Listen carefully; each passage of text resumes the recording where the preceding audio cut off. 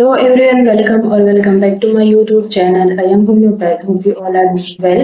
और मेरा नाम है डॉक्टर जोशी मंसूरी और आज का जो हमारा लेक्चर है उसके अंदर हम बात करने वाले हैं अबाउट बराइटा ग्रुप। इससे पहले भी हमने रानिकुलस फैमिली और कॉम्पोजिटर फैमिली को कवर किया था। अभी जो है वो हमारे चैनल के ऊपर आप देखोगे तो जितने भी सारे ग्रुप स्टडीज हैं वो मैं कंप्लीट करने की कोशिश कर रही हूँ। ठीक है, तो आज हम बात करेंगे अबाउट बराइटा ग्रुप। इसके भी सारे जो कंटेंट है वो सेम जो प्रीवियस ग्रुप हमने देखा था उसी वे के अंदर रहेंगे। ठीक है, तो सबसे पहले हम चलते हैं इम्पोर्टेंट रेमेडीज के ऊपर।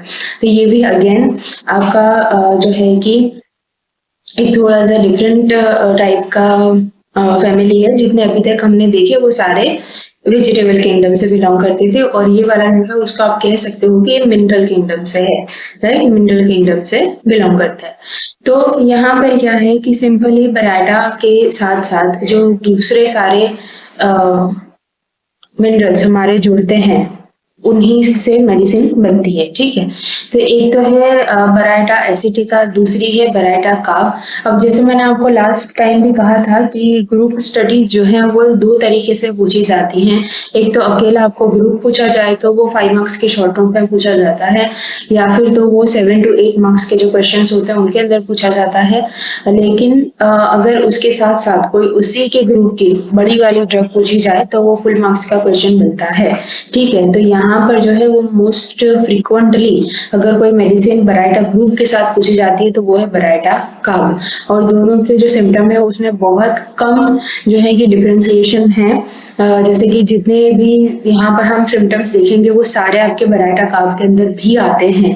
ओके, तो इस तरीके से आपने अपना प्रिपरेशन करना है। आगे हमारी दूसरी मेडिसिन है बराइटा आयोड। दैट मीन्स कि बराइटा के साथ साथ आयोडीन है और बराइटा म्यूर है, सल्फ है, आर्सेनिकोसा है और फॉस है। ठीक है, तो इतनी इंपॉर्टेंट मेडिसिन इसके अंदर से निकल कर आती है। देन उसके बाद इंपॉर्टेंट फीचर्स, कॉमन फीचर्स हम देखेंगे, जिसमें फर्स्ट हमारे पास है जो हमारे हम सारी मेडिसिन के अंदर जो सबसे पहले उसका कॉमन डेटा देखते हैं वो, तो उसके अंदर पहली चीज है हमारे पास कॉन्स्टिट्यूशन।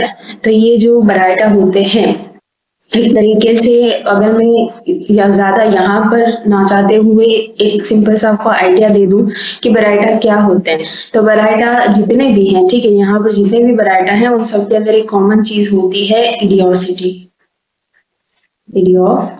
ठीक है, दूसरी इनके अंदर एक मतलब कि एक देखा जाए ना तो बराइटा एक ऐसा ग्रुप है जिसके अंदर सारी खामियां ही खामियां हैं और खास करके मेंटली खामियां ही आपको दिखाई जाएंगी। तो एक तो इडियोसिटी हो गई, ठीक है, जल्दी से वो कुछ कोई चीज समझ नहीं पाते हैं। दूसरा एक इम्पोर्टेंट वर्ड जो है वो आपको याद रखना है मेमोरी के रिलेटेड। ठीक है, मेमोरी तो उनकी बहुत मतलब की वीक होती है। उसके अलावा जो बच्चा है, ठीक है, बराइटा के मोस्ट प्रोबेबली बच्चे जो हैं वो उनके ऊपर ये ज्यादा इफेक्ट करती है और बराइटा कार्ब भी बच्चों के लिए ज्यादा इफेक्ट करती है और उन्हें ही ज्यादा दी जाती है। तो ऐसे बच्चे जो कि इडियोसिटी उनके अंदर है, जिनकी मेमोरी वीक है, जो कि अच्छे से उनके माइलस्टोन जो है वो अच्छे से कवर नहीं कर पाते, मतलब कि उनका जो डेवलपमेंट है वो बहुत ज्यादा डिले हो रहा है। ठीक है, डेवलपमेंट डिले हो रहा है, राइट।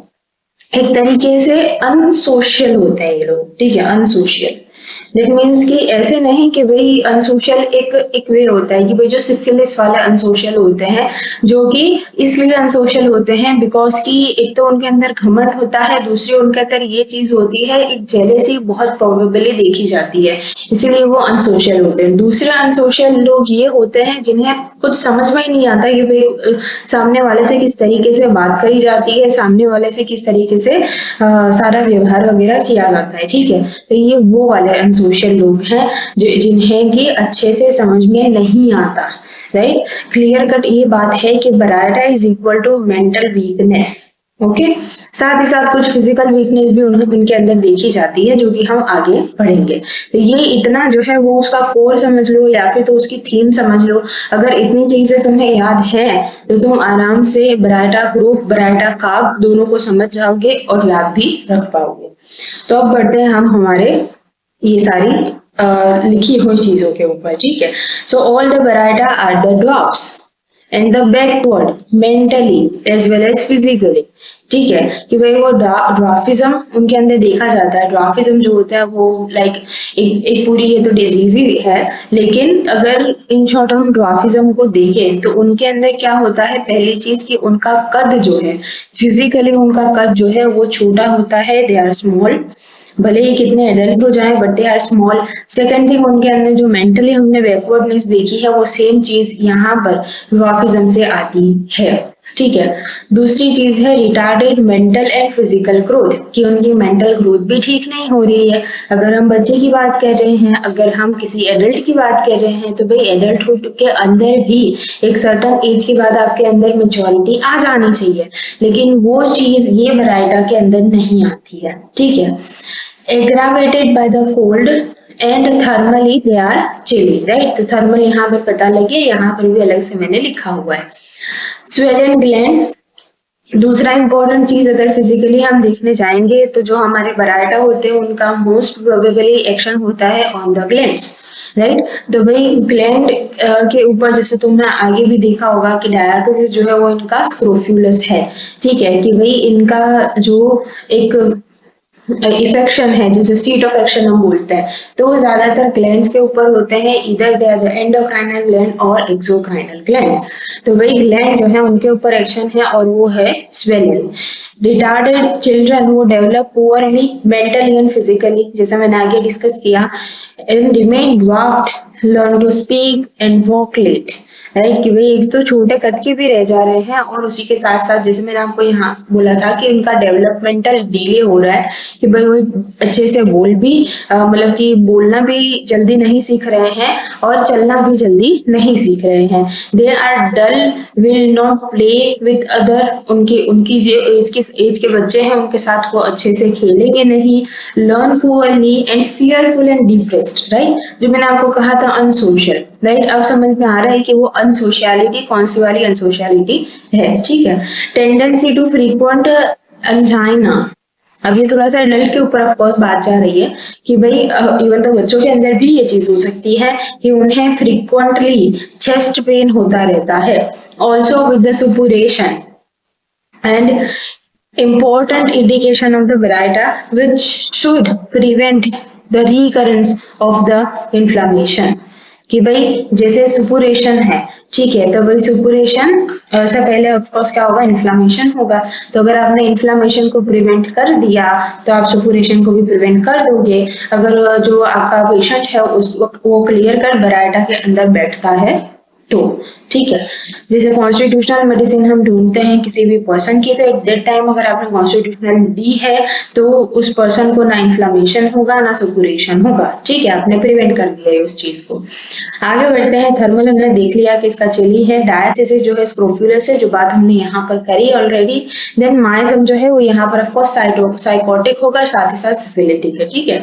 यहाँ पर जो है सोरा आपको नहीं देखने को मिलेगा, बिकॉज की सोरा का काम क्या होता है, फंक्शनल डिस्टर्बेंसेस, लेकिन यहाँ पर फंक्शन तो हो ही नहीं रहे हैं, ठीक है। तो उसके अंदर डिस्टर्बेंस भी आप कहाँ से देखोगे, कि भाई यहाँ पर जो है एक चीज देखी जाती है कि जहां पर भी डेवलपमेंटल डिले होता है, मेमोरी वीक होती है, वहां पर मोस्ट प्रोबेबली जो एक डोमिनेट करता है, एक माइज्म जो डोमिनेट करता है वो होता है साइकोटिक, ठीक है।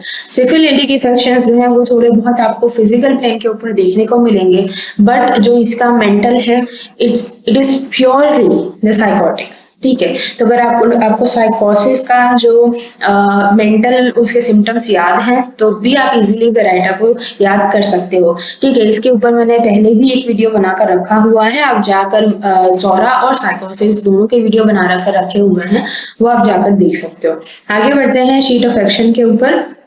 So on the mind, blood vessel, glands, cardiovascular system, lymphatic system, tonsils, muscle of the heart, muscle of the intestine, ठीक है। रिमेंबर हियर यहाँ पर कहीं पर भी आपको जो है कि रेस्पिरेटरी सिस्टम नहीं देखने को मिला है, ठीक है।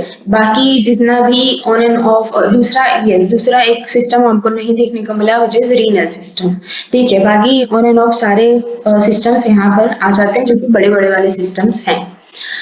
आगे चलते हैं, इसका पैथोफिजियोलॉजिकल एक्शन देखते हैं, ठीक है। तो पहली चीज हमारे पास है सेंट्रल वेनस सिस्टम, ठीक है। So the central venous system के अंदर क्या होता है, spasm and finally paralysis of the extremities. कि यहाँ पर क्या हो रहा है, जो हमारा सीएनएस है, नर्व्स जो हैं, नर्व्स अगर इफेक्ट होती हैं तो उसके अंदर स्पाज्म होगा पहले, फिर उसके बाद अगर वो डिजीज आगे बढ़ी तो वहां पर पैरालिसिस होगा। देन खास करके कहाँ पर, लिम्स के अंदर, एक्सट्रीमिटीज के अंदर, हाथ और पैर के अंदर। Retaching, vomiting, gastric pain, diarrhea, chillness, vertigo, and coldness, and contraction of the extremities, contraction of the extremities and muscle slowly in the pulsations and contraction of extremities are there। उसके अलावा जो पल्स है वो slow रहेंगी and facial muscle के ऊपर भी twitching देखने को मिलती है। Then palpitation, increase of the blood pressure, numbness and other action, ठीक है, लाइक एंजाइटी है, विजुअल डिस्टर्बेंसेस है एंड रेयरली पैरालिसिस। तो ये सारी चीजें जो है वो आपको एक ही पर्सन के अंदर देखने को मिल सकती है। उसके अलावा जीआईटी हम देखेंगे, जीआईटी के अंदर क्या इसका एक्शन है। So fullness and pressure and heaviness in the stomach, ठीक है, फुलनेस लगता है, हेवीनेस लगता है आफ्टर ईटिंग, राइट। उसके अलावा single symptoms are seated with which can only refer to the esophageal ulcer and stricture। मतलब कि जो है कि प्रेशर है, हेवीनेस है आफ्टर ईटिंग, राइट। तो ये एक सिम्टम है। उसके अलावा एक दूसरा भी सिम्टम है कि sensation of the sore spot in the oesophagus after swallowing, और feeling as if food stuck और pressure over the sore area. तो ये एक सीधा इंडिकेशन है कि भाई पेशेंट को क्या है, ईसोफेजियल अल्सर है या फिर तो ईसोफेजियल स्ट्रिक्चर है, ठीक है। स्ट्रिक्चर क्या होता है कि जैसे ये ईसोफेगस है तो यहाँ पर बीच में कहीं पर खाना फंस गया है, ठीक है। तो इस तरीके से आप डायग्नोसिस भी कर सकते हो। उसके अलावा ग्लैंडुलर सिम्टम्स के अंदर क्या है, मतलब ग्लैंड के अंदर क्या इसका एक्शन है, तो ग्लैंड जो है वो हार्ड कर देता है, परसिस्टेंट गोइटर ये करवाता है of the torpid person and बराइटा आयोडेटम, खास करके बिकॉज कि इसके अंदर क्या है, आयोडीन है। तो आयोडीन मोस्ट प्रोबेबली जो है कि वो हमारा ग्लैंड के ऊपर काम करता है, उसके ऊपर भी, खास करके हमारी जो थायराइड ग्लैंड है उसके ऊपर ये काम करता है। There is a prostatic hypertrophy भी हमें देखने को मिलती है, ठीक है। A similar degenerative glandular processes, ठीक है। यहाँ पर डीजनरेशन भी हो रहा है ग्लैंड का। एक तो यहाँ पर क्या है कि हार्डनेस है, स्वेलिंग है, जो कि एक तरीके से साइकोसिस का सिम्टम है। उसके अलावा यहाँ पर डीजनरेशन भी हो सकता है, जो कि एक तरीके से सिफिलिस का भी सिम्टम है। With the slowly increasing hardness and adapted itself with the old age manifestation of the baraita। कि भाई बराइटा का अगर कोई ओल्ड पर्सन है तो उसे ऐसा लगेगा कि उसकी ओल्डनेस के लिए उसका जो ये इतना ज्यादा एज बढ़ रही है, उसी की वजह से ये सारी चीजें हो रही हैं, ठीक है। देन इसके मेंटल सिम्टम्स देख लेते हैं। So there is a shyness and hiding, right. अब यहाँ पर कुछ इंपॉर्टेंट सिम्टम्स आएंगे, जितने भी हैं, मतलब कि जितने भी पॉइंट लिखे हुए हैं ये सारे बहुत इंपॉर्टेंट है। कि भाई पेशेंट जो है, बच्चा है, अगर यंग है, ओल्ड है, बट वो बहुत ज्यादा शाय होंगे और वो ऐसे भले ही आपके पास तो सारी चीजें बताएंगे लेकिन फिर भी वो अपना जो अंदर की चीजें वो नहीं बताएंगे, वो उसको हाइड करते रहेंगे, छुपाते रहेंगे। स्मॉल फ्यूटिल फॉल्टी एंड बैकवर्ड, ठीक है, एंड फीलिंग ऑफ इनकेपेसिटी, कि भाई मैं कहीं पर भी अगर वो कोई भी चीज है तो भाई मैं किसी भी चीज में कोई काम ठीक से नहीं कर सकता, ये एक उसके अंदर की फीलिंग है, right. Then laugh at the Bharata think that all they are worth is to be laughed at। This is what usually happens। कि भाई सिंपल सी बात है कि बराइटा जितने भी हैं उन सबको ऐसा लगता है कि लोग मुझे देखकर हंसते हैं, और सच में ऐसा होता भी है कि लोग उन्हें देखकर हंसते हैं, ठीक है, मजाक उड़ाते हैं। वेरी सेंसिटिव और टू क्रिटिसिज्म, साथ ही साथ उन्हें क्रिटिसिज्म से सेंसिटिविटी है। तो क्या होगा कि भाई जैसे हम देखते हैं ना कि फिल्मों वगैरह में कि कोई बच्चा है उसको बहुत ज्यादा कोई टीज कर रहा है, बहुत सारा पूरी क्लास के बच्चे मिलकर उसे टीज कर रहे हैं, ठीक है, और उसके बाद वो बच्चा जो है वो बहुत ज्यादा सेंसिटिव हो जाता है, वो किसी से अच्छे से बात नहीं करता है, ठीक है, इवन वो ऐसे बच्चे बहुत बार देखा जाता है कि सुसाइड भी कर लेते हैं या फिर एक तरीके से बैकवर्डनेस के अंदर चले जाते हैं, ठीक है। तो वो सारे बच्चे कौन है, बराटा के बच्चे हैं, ठीक है। There is a memory and the perception memory is very weak and perception is defective, right? कि भाई यहाँ पर क्या है कि मेमोरी तो वीक थी ही थी, लेकिन अगर यहाँ पर परसेप्शन की बात है, जैसे परसेप्शन क्या होता है, समझना, किसी भी चीज को समझना, तो अब वो यहाँ पराइडा का पर्सन क्या करेगा कि वो किसी भी चीज को उल्टी तरीके से समझेगा या फिर तो उसे जो है कि डिफेक्टिव तरीके से समझेगा, जिस तरीके से समझना है उस तरीके से नहीं समझ पाएगा, ठीक है, बिकॉज की उसकी मेमोरी वीक है, उसकी मेमोरी इतनी ज्यादा अच्छी है नहीं, उसका ब्रेन इतना अच्छे से काम कर नहीं रहा है, ठीक है। देन कैरेक्टरिस्टिक फिजिकल सिम्टम्स देखेंगे हम, there is a desire to sweet and pains and pressing pain, ठीक है, कि भाई पेशेंट को जो है स्वीट का डिजायर भी है और उसका पेन कैसा है, तो प्रेसिंग टाइप ऑफ पेन है कि कहीं पर बहुत ज्यादा कोई चीज प्रेस कर रही है, प्रेशर दे रही है, ऐसा पेन लगता है। जैसे यहाँ पर भी हमने देखा था ना, there is a pressure and there is a heaviness. उसके अलावा जो इसोफेजियल स्टिंचर था उसकी वजह से भी जैसे कोई चीज स्टक हो गई है, कोई चीज प्रेशर लगा रही है इसोफेगस के ऊपर, ऐसा फील हुआ था, ठीक है। There is a weakness, there is emaciation, memory was weak, dementia यहाँ पर हो सकता है, इडियोसिटी है, ड्वार्फ ग्रोथ, बहुत कम ग्रोथ है, the mental feeling of being small. यहाँ पर खास करके क्या है कि एक तो कद तो छोटा है ही है, लेकिन साथ में क्या है कि मेंटली पेशेंट को ऐसा है कि मैं बहुत छोटा हूँ, बहुत मेरा कद बहुत छोटा है। correspond with the small size body or the part of the body, swollen gland and the cancer of the gland, swollen or inflamed tonsils, right, tonsils भी यहाँ पर swollen और इन्फ्लाम हो सकती है, जिसको हम क्या बोलते हैं, टॉन्सिलाइटिस बोलते हैं। टॉन्सिल्स आर इन्फ्लाम, क्विंसी यहाँ पर हो सकता है, एंड सपोर्टिव टॉन्सिल्स, ठीक है, क्विंसी मतलब सपोर्टिव टॉन्सिल्स के ऊपर ही जब सुपुरेशन हो जाता है, इन्फ्लामेशन हो जाता है, तो उसको हम बोलते हैं। देन बराइटास tend to produce the construction of the heart and vessel and the cardiovascular poison. It is itself a cardiovascular poison, ठीक है।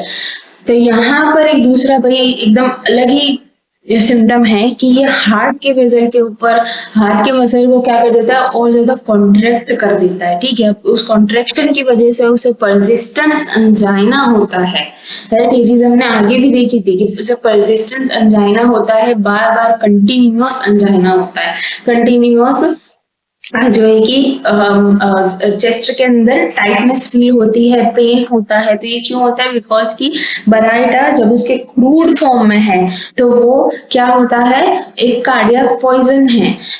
तो इस तरीके से आप इसको डॉक्ट्राइन ऑफ सिग्नेचर भी समझ सकते हो, right. Then slow acting and deep acting remedies, इसके अंदर क्या है कि स्लो एक्टिंग मेडिसिन भी हैं, डीप एक्टिंग मेडिसिन भी हैं। देन कॉमन जो है कि हम जनरल मोडालिटीज देखेंगे, aggravation while thinking of the complain, patient का एग्रावेशन होता है, chilliness, periodicity, cold air, cold water, mental exhaustion, thinking of complain in company, patient को एग्रावेशन होता है, ठीक है। After eating, lying on the painful side, amelioration हम देखेंगे, so in the open air, walking in the open air और being alone, अकेला छोड़ दो उसे सारी चीजें अच्छी लगेगी। देन क्लिनिकल कंडीशंस जो है वो सारी यहाँ पर जितनी भी हमने आगे भी उसके सिम्टम्स देखे उसी के अकॉर्डिंग यहाँ पर मैंने क्लिनिकल कंडीशंस लिख रखी है, ठीक है, जिससे ज्यादा आपको जो है कि बार बार दूसरी चीजें देखने ना जाना पड़े।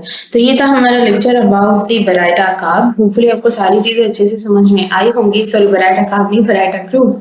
सो होपफुली आपको सारी चीजें अच्छे से समझ में आई होंगी। If you have any doubt then you can ask me in the comment section and do not forget to like, comment, share and subscribe to my channel and thank you very much for watching.